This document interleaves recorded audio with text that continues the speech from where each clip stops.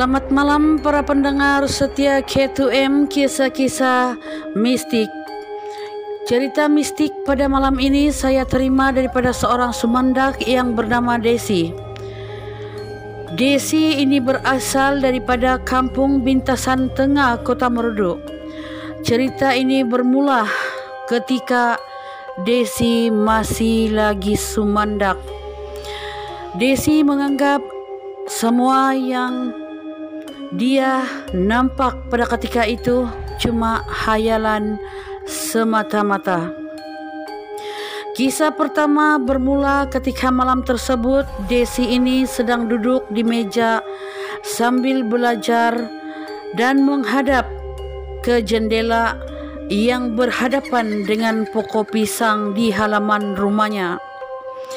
Ketika itu jam 9 malam, Desi ternampak kelibat putih yang melayang.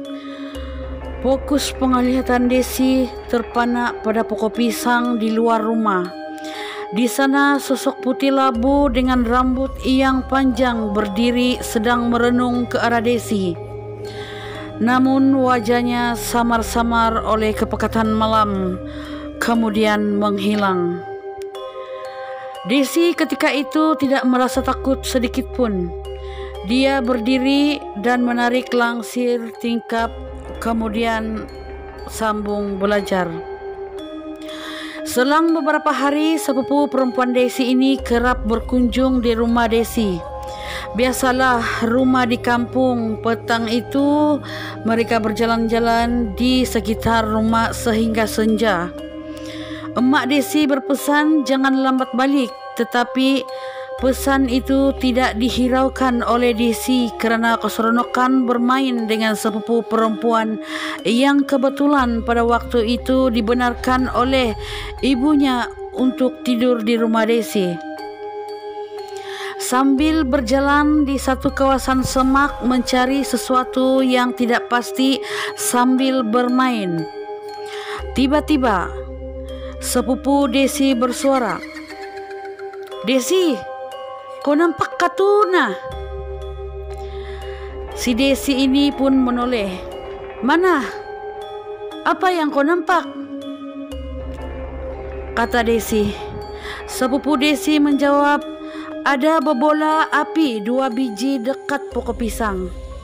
Kemudian Desi menoleh lagi sambil mencari bola api yang dikatakan oleh sepupunya itu.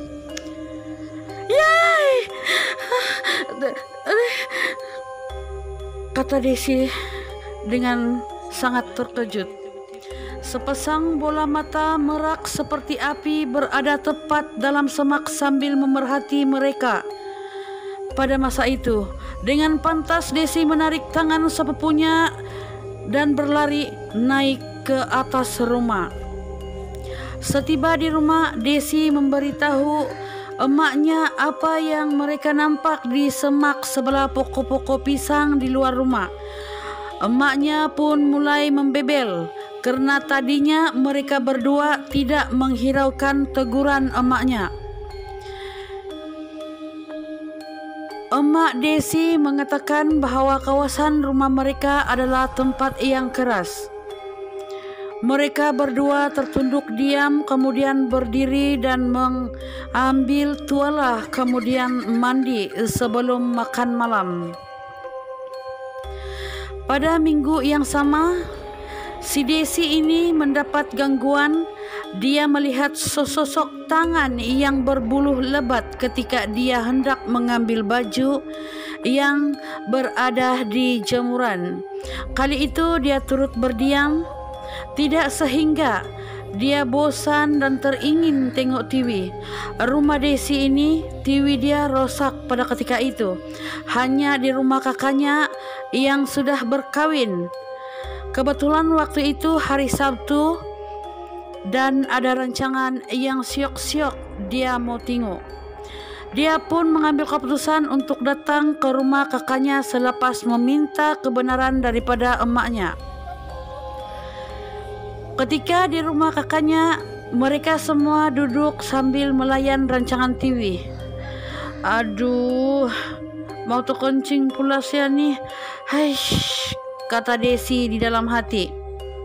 Sudahlah, tandas di rumah kakak Desi itu jauh di luar rumah. Kamar mandi pun di luar rumah. Maklumlah, rumah kampung.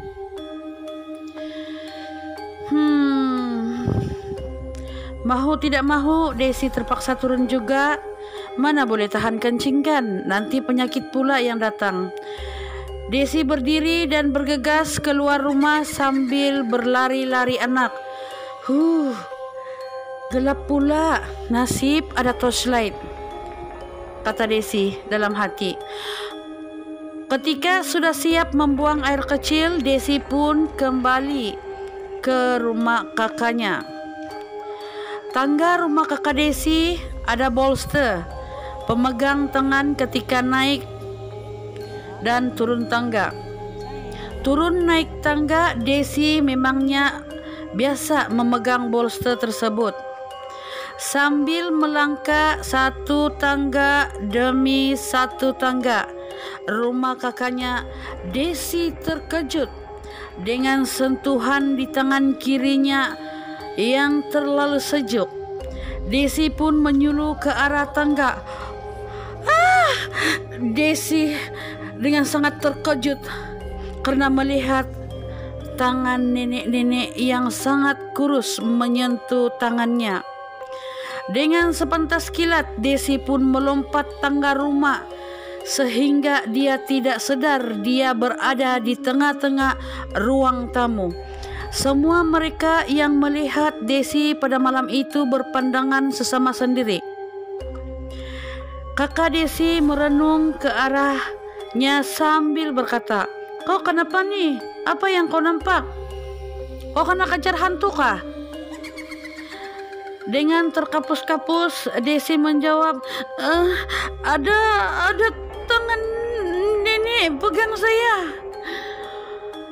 Abang ipar Desi terus mengambil torchlight daripada tangan Desi, kemudian keluar mencari nenek yang Desi katakan.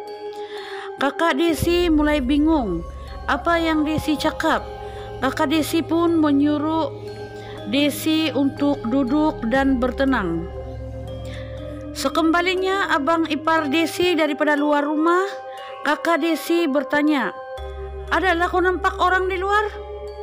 Abang ipar Desi menjawab, "Mana ada, tembirua kali itu yang bermaksud tidak ada orang, mungkin itu adalah sosok hantu nenek." Desi masih duduk bingung memikirkan sentuhan sejuk daripada tangan yang kurus keriput jelas menyentuh tangan kirinya ketika Desi menyuluh tepat di tangan kanannya. Keesokan harinya Desi balik rumah emaknya dan menceritakan apa yang berlaku di rumah kakaknya semalam. Emaknya pun berkata, "Dulu waktu Desi dan kakaknya masih budak-budak,